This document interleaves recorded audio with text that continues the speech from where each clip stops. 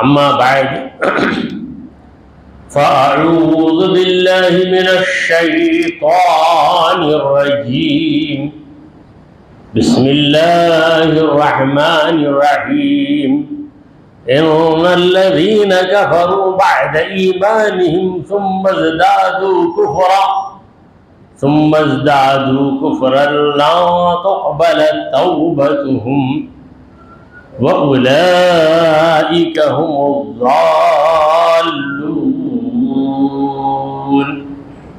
صدق اللہ مولانا العظیم۔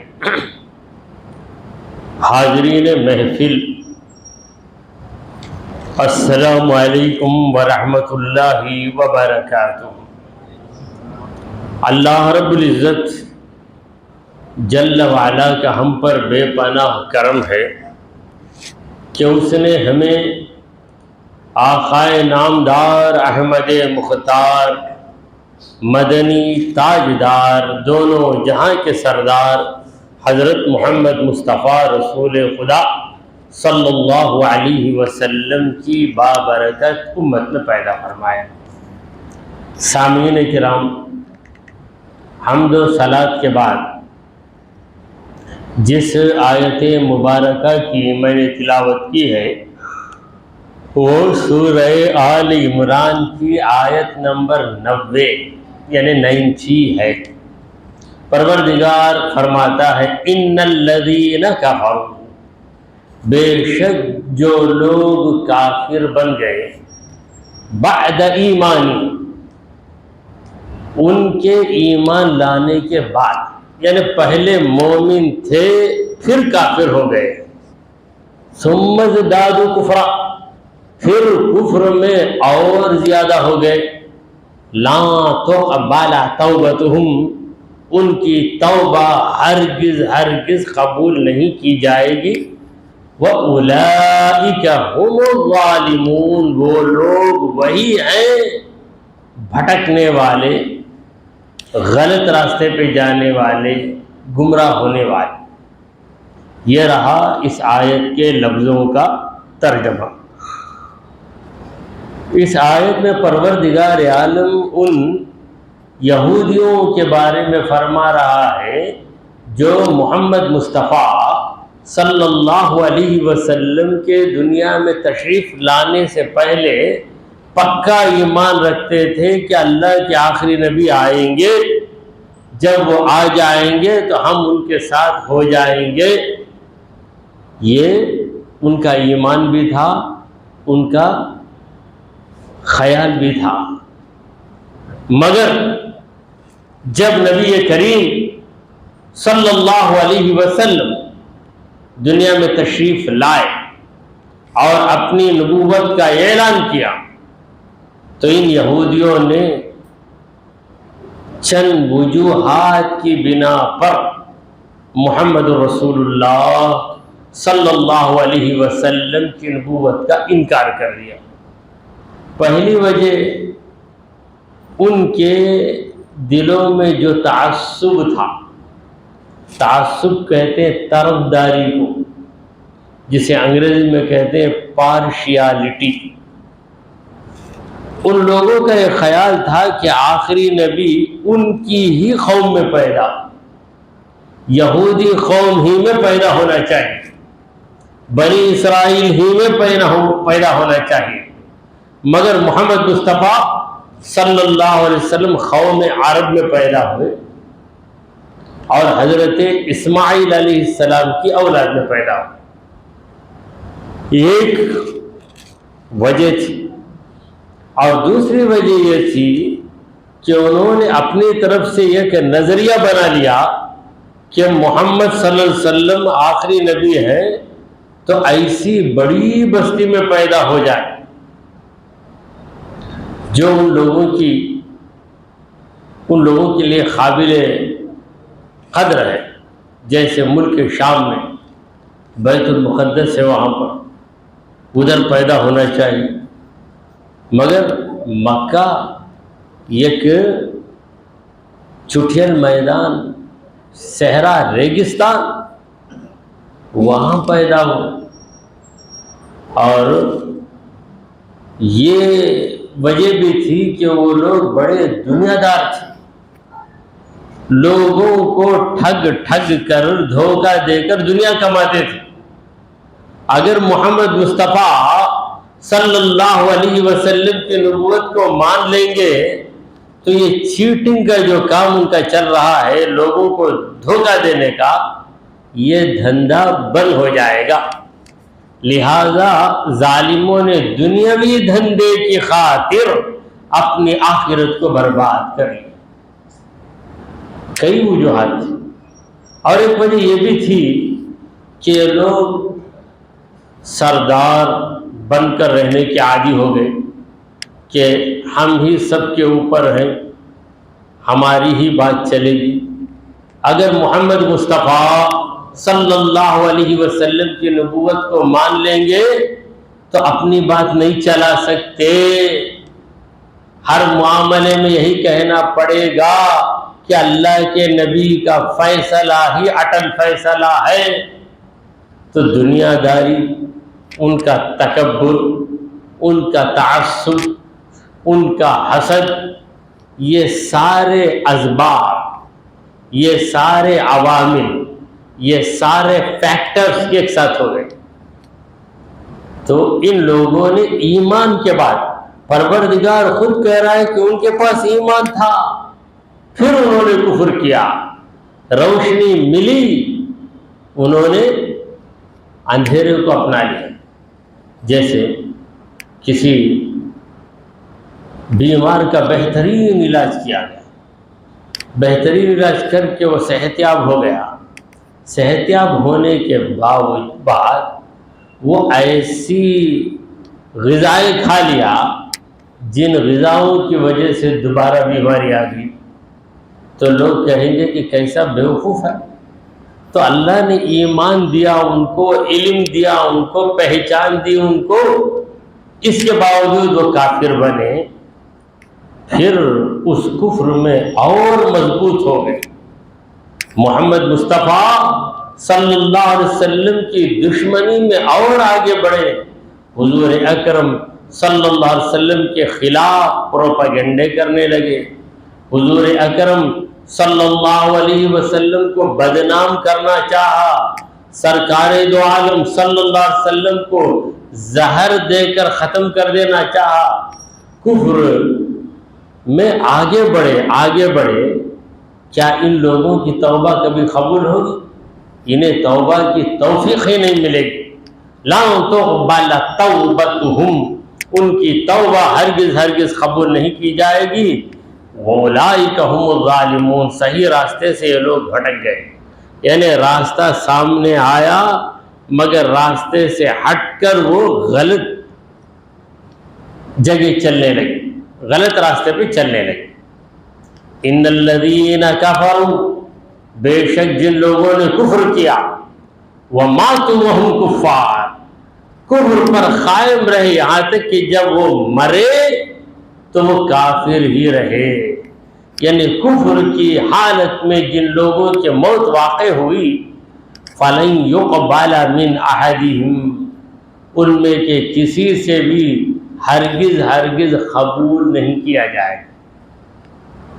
یعنی جو کافر رہا، مرنے کے وقت بھی کافر رہا، یہاں تک کہ جب اس کی روح اس کے بدن سے نکلی کافر رہا، جب اس پر موت طاری ہوئی کافر رہا، تو ایسے آدمی کے پاس سے قیامت کے دن ہرگز قبول نہیں کیا جائے گا ملء الارض ذہبا، زمین بھر کر سونا، یعنی کافر جو مرتے دم تک کافر رہا، قیامت کے دن آ کر کہے کہ میں عذاب سے بچنے کے لیے زمین بھر کر گولڈ دیتا ہوں، تو کیا اس کی یہ بات منظور کی جائے گی؟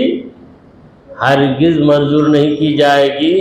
وَلَوِ فُتَّدَى بِهِ، اگرچہ کہ وہ فدیے کے طور پر سونا دے۔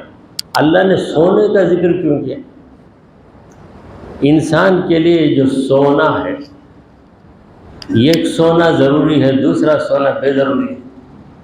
سونا آنکھ بند کر کے سونا یہ ضروری ہے، اس میں صحت ہے۔ یہ دوسرا سونا جو ہے، یہ دھات ہے، یہ بے ضروری ہے، مگر ہر انسان کا دل اسی سونے میں لٹکا ہوا ہے۔ اور اس سونے کی ایسی آرزو ہے کہ اللہ تبارک و تعالیٰ نے مردوں پر سونے کو حرام کر دیا۔ مرد سونا نہیں پہن سکتا۔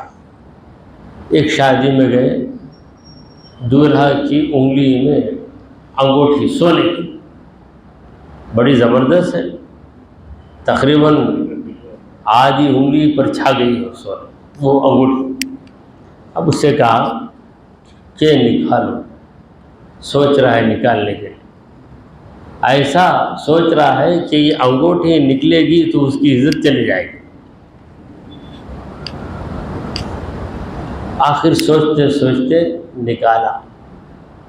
بھائی کسی معتبر آدمی کے پاس دے دو، کہیں گم نہ جائے۔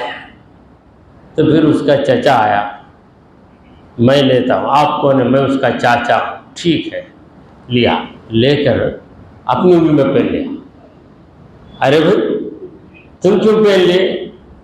وہ مرد ہے اس لیے منع کیا، تم بھی تو مرد ہی ہونا۔ نوشو ہے تو نوشا کے لیے نہ جائز، جو نوشا نہیں ہو اس کے لیے جائز ہے کیا؟ سرکار دو عالم صلی اللہ علیہ وسلم نے مردوں پہ حرام کیا ہے، تو تم بھی نہیں پہن سکتے۔ پھر کیا کر رہا ہوں؟ ٹینشن میں آ گیا، کیا کروں؟ اسے بھی نہیں پہننا بولتی ہوں، میں بھی نہیں پہنا، کیا بھی نہیں کرتے تمہیں جو ہے، کیا کرتے؟ نوٹا کہاں رکھتے تم؟ جیب میں رکھو، یہ بھی جیب میں رکھو، جیب میں رکھو، اس کے اوپر کوئی چیز رکھ کے دباؤ۔ پہننا منع ہے، رکھنا منع نہیں، رکھ لو۔ تو یہ جو سونا ہے، گولڈ، اس پر لوگ اپنی جان نچھاور کرتے ہیں۔ مردوں کی بنسبت عورتیں تو اس پہ بہت ہی فدا۔ تو یہ سونا اگر زمین بھر کر سونا کوئی کافر دے، مگر یہ تو ہونے والی بات نہیں، یہ ہونے والی بات نہیں۔ پروردگار کہتا ہے فرض کرو کہ اگر کسی کافر کے بس میں ہو کہ وہ زمین بھر کر سونا دینے کے قابل بن جائے اور کہہ دے کہ زمین بھر کر سونا میں دے رہا ہوں، مجھے عذاب سے چھٹکارا دے دو، تو یہ سونا اس سے منظور نہیں کیا جائے گا۔ اولئک لہم عذاب علیم، وہی ہیں جنہیں دردناک عذاب، کافروں جنہوں نے اللہ اور اس کے رسول کا انکار کیا۔ وما لہم من ناصرین، ان کا کوئی مددگار بھی نہیں، مدد کرنے کے لیے لوگ نہیں آئیں گے۔ کافر کیسے وہاں پر کس کی چلے گی؟ دنیا میں تو چلتی ہے، MLA کی بات چلتی ہے، MP کی بات چلتی ہے، کوئی مینجمنٹ ہے تو کمیٹی ممبر کی بات چلتی ہے، پریزیڈنٹ کی بات چلتی ہے، سیکریٹری کی بات چلتی ہے، کوئی کمپنی کا اونر ہے تو اس کی بات چلتی ہے، کسی نہ کسی کی بات چلتی ہے، دنیا میں رسوخ ہے، مگر وہاں پر سب برابر۔ البتہ پیغمبر کی بات چلے گی مومن کے حق میں، کافر کے حق میں نہیں۔ کافر کے حق میں کسی کی بات چلے گی نہیں، کیونکہ وہ ٹوٹلی انویلڈ، ایسا انویلڈ، نہ اس کی مغفرت ہوگی نہ اس کی شفاعت کی جائے گی۔ تو پروردگار نے کافروں کے بارے میں کہا وما لہم من ناصرین، ان کے مدد کرنے والے کوئی نہیں رہیں گے۔ تو تیسرا پارہ ختم ہوا ہے، تلک الرسل، یہ تیسرا پارہ ختم ہوا، اب چوتھا پارہ شروع ہو رہا ہے۔ لن تنالوا البر، مگر بقرہ، سورہ بقرہ جاری ہے۔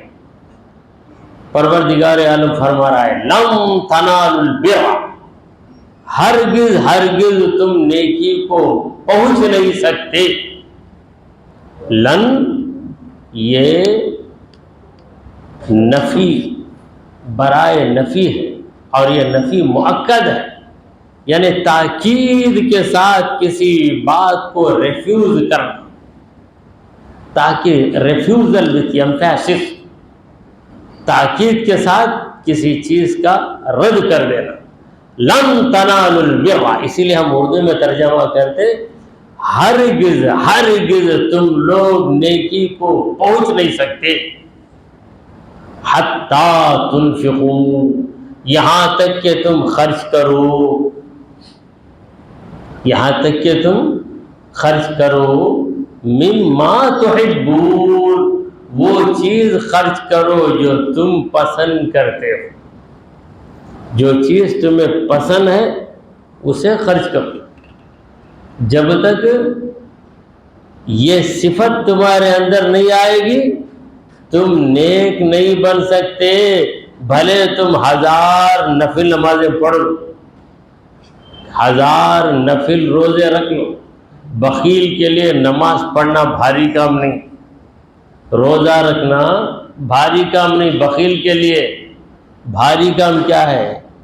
خرچ کرنا بہت بھاری کام. بخیل کہتا ہے کہ چمڑی جائے پر دمڑی نہ جائے. یہ کہاوت مشہور ہے، چمڑی جائے پر دمڑی نہ جائے. کس نے کہا؟ ایک بخیل نے کہا. بخیل سے پوچھا گیا کیوں بھائی چمڑی جائے دمڑی نہ جائے؟ کہنے لگا چمڑی اگر چلی گئی تو خود بخود کوئی چمڑی پیدا ہو جاتی، آٹومیٹک پیدا ہو جاتی چمڑی. دمڑی گئی تو آئیں گی کیا؟ کتنی بھی بمڑی ماروں میں دمڑی نہیں آئے گی. اس واسطے چمڑی کاٹ لو، ایک دمڑی دے دو. چمڑی کٹ جائے دمڑی آ جائے تو دمڑی رکھ لوں گا، چمڑی کٹ جائے تو میں صبر کر لوں، کچھ دنوں کے بعد خود بخود وہ چمڑی آ جائے گی. قدرت کا نظام ہے.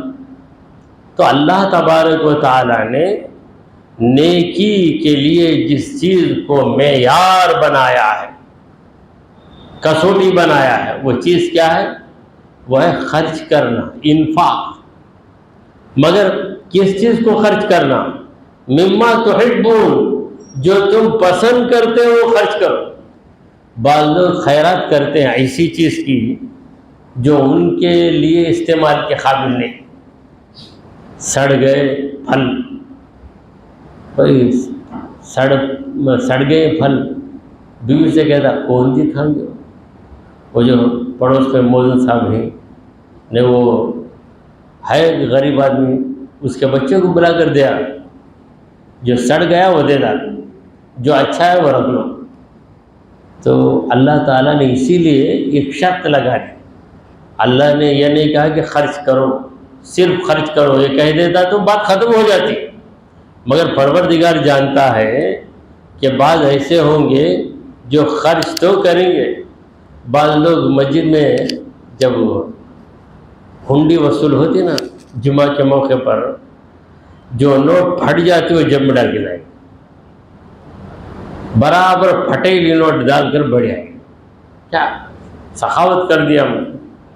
20 روپے کا نوٹ پھٹ کر جھجھر، کوئی دکان والا نہیں لے گا اس کو. ویسے نوٹ لے کر آئیں گے، جب ہنڈی آئے گی تو آرام سے ڈال کر بڑھ جائے. تو ایسے بھی خیرات کرنے والے پھٹی ہوئی نوٹ. کپڑا بھی دیتے ہیں تو کپڑے ادھر ادھر سے 4 جگہ سے پھٹ گئے تو پھٹا ہوا کپڑا کیا کریں گے؟ دے دو، خیرات کر دو. تو اللہ تبارک و تعالیٰ ایسی خیرات کو پسند نہیں کرتا. اللہ تعالیٰ بڑی حکمت والا ہے، بندوں کی تمام نزاکتوں کو جانتا ہے، بندوں کی اصلیت سے وہ پروردگار باخبر. لہذا اس نے کہا کہ تم خرچ کرو مما تحبون، وہ چیز خرچ کرو جو تمہیں پسند ہے.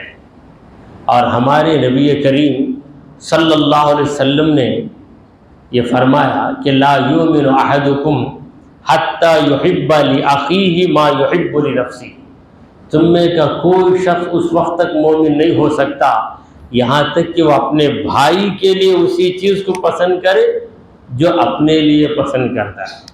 اپنے لیے عزت پسند، دوسرے کے لیے عزت پسند نہیں۔ اپنے لیے نعمت پسند، دوسرے کے لیے نعمت پسند نہیں۔ اپنے لیے راحت پسند، دوسرے کے لیے راحت پسند نہیں ہے۔ اپنے لیے سکون، دوسرے کے لیے سکون پسند نہیں۔ دوسرا سکون سے رہتا تو اس کا سکون چلے آتا۔ بھائی تمہارا سکون کیوں گیا؟ وہ سکون سے ہے نا، اسی لیے میرا سکون چلے گا۔ بعض لوگوں کو کوئی دکھ نہیں ہوتا، کوئی دکھ نہیں، دوسرے کا سکھ ان کے لیے دکھ بن جاتا۔ کوئی سکھ سے رہا تو ان کو بڑا دکھ ہو جاتا، کیا اچھا ہے، کیا بھی چھوتا نہیں نا اسے۔ کئی دنوں سے دیکھتا ہوں بیماری پہ ہوتا، عمر بڑھتی جا رہی ہے مگر صحت بھی زیادہ ہو رہی ہے، پہلے سے بڑھ کر طاقتور ہوتا ہے۔ بھائی اس پہ خدا کا فضل ہوتا ہے، چھوڑو، کیوں ایسا ہوتا ہے؟ کیا کرتا رہے گا یہ؟ کیا کھاتا رہے گا انہیں؟ کہاں جاتا رہے گا انہیں؟ تو بڑی پریشانی، بڑی بے چینی ہو جاتی۔ تو اللہ رب العزت نے بڑے پتے کی بات بتا دی، چونکہ محبت جب آ جاتی ہے، محبت جب آ جاتی ہے تو وہاں کنجوسی نہیں رہتی۔ ایک ایسا شخص جو ایک پائی بھی خرچ کرنے میں بڑی دقت محسوس کرتا، کسی عورت کا عاشق ہو گیا، ناجائز عشق، اپنی بیوی سے عشق کرنا جائز۔ دیکھیے نوجوانوں کا عالم یہ ہے کہ کسی لڑکی سے محبت ہو جاتی، 1000 بار درود نہیں پڑھتا ہوگا، 1000 بار استغفار، 1000 بار آئی love you I love you بولتا رہتا۔ لڑکی کب تک؟ شادی ہونے تک۔ شادی ہونے کے بعد ختم، نہیں بولتا، شادی کے پہلے بولتا۔ حالانکہ شادی کے پہلے وہ اجنبی عورت، اس سے تو کیوں محبت کرتا ہے؟ جب وہ تیری بیوی نہیں ہے تو اس سے کیوں محبت کرتا؟ جب بیوی بن گئی تو چھوڑ دیا۔ جبکہ اپنی بیوی کو آئی لو یو کہنا یہ ہمارے نبی کی سنت ہے۔ انگریزی میں آئی لو یو، اردو میں کیا کہیں گے؟ میں تم سے محبت کرتا ہوں۔ سرکار دو عالم صلی اللہ علیہ وسلم نے بی بی عائشہ صدیقہ رضی اللہ عنہ سے کہا، یا عائشہ احبکی، اے عائشہ میں تجھ سے محبت کرتا ہوں، اے عائشہ میں تجھ سے محبت کرتا ہوں۔ اگر آپ اجازت دیں تو میں اسے انگریزی میں کہوں، او عائشہ آئی لو یو، یہی تو کہیں گے نا انگریزی میں۔ انگریزی میں ترجمہ کریں گے تو وہی کہیں گے۔ تو اپنی بیوی سے میں تم سے پیار کرتا ہوں، میں تم سے محبت کرتا ہوں، یہ سنت ہے، مگر لوگ اسے عیب سمجھتے ہیں۔ کیسا ہے؟ کیا میں بیوی سے میں محبت کرتا ہوں، بلا بیوی کا مرید بن گیا؟ بیوی کا مرید نہیں بنا، حقیقی شوہر بنا، اوریجنل شوہر، جو اپنی بیوی سے کہہ دے، کبھی تنہائی میں بیٹھ کر شوہر بیوی سے کہہ دے، کیا محبت جی تمہاری میرے دل میں، کہاں گیا بھی تو تمہارا خیال رہتا ہے، بول دیا تو بیوی بہت خوش ہو جاتی۔ یہ سب حکمتیں، بہت خوش ہو جاتی بیوی، اور ایسا سمجھتی کہ دنیا میں مجھ سے زیادہ دولت والی کوئی نہیں، مگر ہر وقت بیوی پہ بھڑکنا، بیوی پہ چڑھنا، بیوی کی ہمیشہ شکایت کرنا، کتنا بھی محنت کرے آخرے کرنا، کیا انہیں کیسا کرتی ہے، میری بہن کیسا کرتی، میری اماں کی تعریف کرنا، لیکن اتنی ماں کی تعریف کرنا کہ بیوی کا دل ہی بیٹھ جائے۔ ہمارے اماں پکا جیسا سالت نہ پکانے چھوڑیں، اماں کہیں چلے گئے عالم برزخ کو، اماں کے لیے مغفرت کی دعا نہیں کرتا، مغفرت کی دعا کرو، ایصال ثواب کرو، ماں کو ایک کھلونا بنا کر بیوی کے دل میں چھپاتے رہتا۔ اماں پکا جیسا نانگا نہیں، مر گئے بھی تو پکانے ہوا نہیں پڑتا، اب کتنا صبر کرے گی وہ؟ اور صبر کرنے والی عورتیں تو اب دنیا میں 100 میں 1 رہے گی۔ یہ ایک دور تھا 100 میں 99 صبر کرنے والی، یہ ایک عورت ہوگی جو بے صبری کرے گی۔ اب معاملہ بالکل الٹ پلٹ ہو گیا۔ تو میں یہ عرض کر رہا تھا کہ پسندیدہ چیز، جو چیز تمہیں پسند ہے وہ خرچ کرو۔ یہ محبت ایک ایسی چیز ہے کہ محبت کنجوسی کو قبول نہیں کرتی۔ یہ جو عاشق ہے لڑکی کا، اگر لڑکی کہتی مجھے 10,000 روپے کا وہ زیور چاہیے، اب بڑی آسانی سے 10,000 روپے دے کر، 10,000 کیا، میں پرانے دور کا آدمی ہوں، 1000 کی باتیں کر رہا ہوں، اس زمانے میں 1000 کی باتیں کہاں ہوتی ہیں؟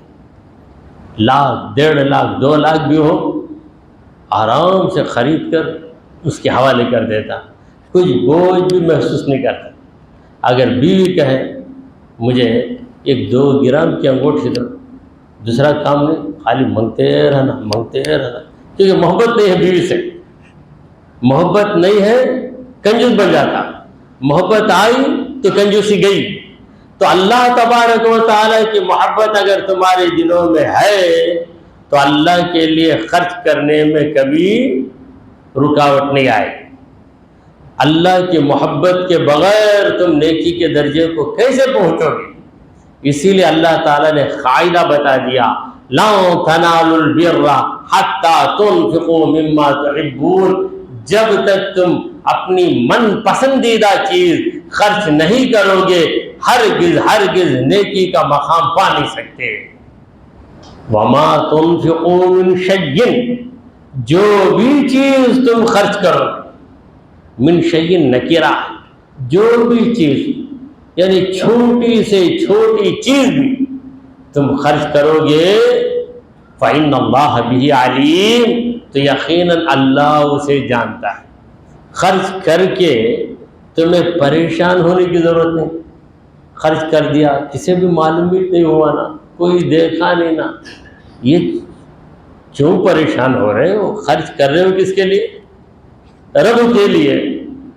اب رب سے کوئی چیز پوشیدہ نہیں، اللہ تبارک و تعالیٰ سے کوئی چھپانا چاہے تو چھپا سکتا ہے کیا؟ ہرگز نہیں چھپا سکتا۔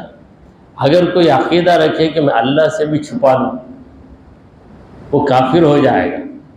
کوئی جہالت کی وجہ سے کہے تو اسے ہم سمجھائیں گے، جہالت کی وجہ سے، علم نہیں ہے، اللہ تبارک و تعالیٰ کی صفات کا علم نہیں ہے، ایمان تو لایا اللہ پر مگر علم میں کمی ہے اس لیے اس طرح بک دیا، تو اسے ہم سمجھائیں گے۔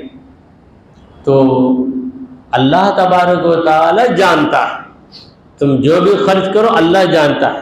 تو خرچ کرنے کے بعد بعض لوگوں کو ایک بے چینی ہو جاتی، تادیان کبھی یہ جو ضیافتوں میں جاتے ہیں کور میں پیسہ رکھ کر دیتے، نام لکھنا بھول جاتے، دینے کے بعد میں دیا بولوں کیسا معلوم ہوگا، نام نہیں لکھا، نام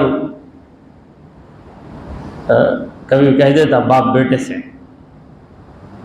نام لکھ دے کور پر، بیٹے کو غفلت آئی تھی، غفلت آئی، پیسہ ڈال دیے، چلے دے دی، دے کر آنے کے بعد کیا نام لکھا ہے تو؟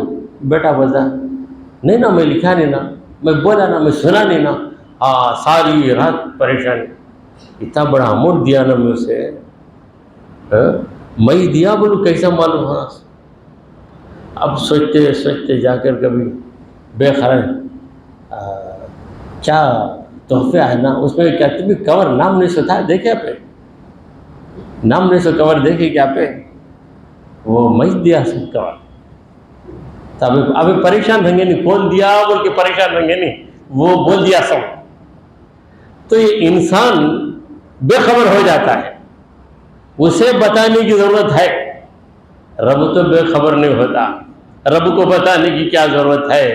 لہذا اللہ نے کہا کہ اے خرچ کرنے والوں تم مطمئن رہو، پریشان ہونے کی ضرورت نہیں۔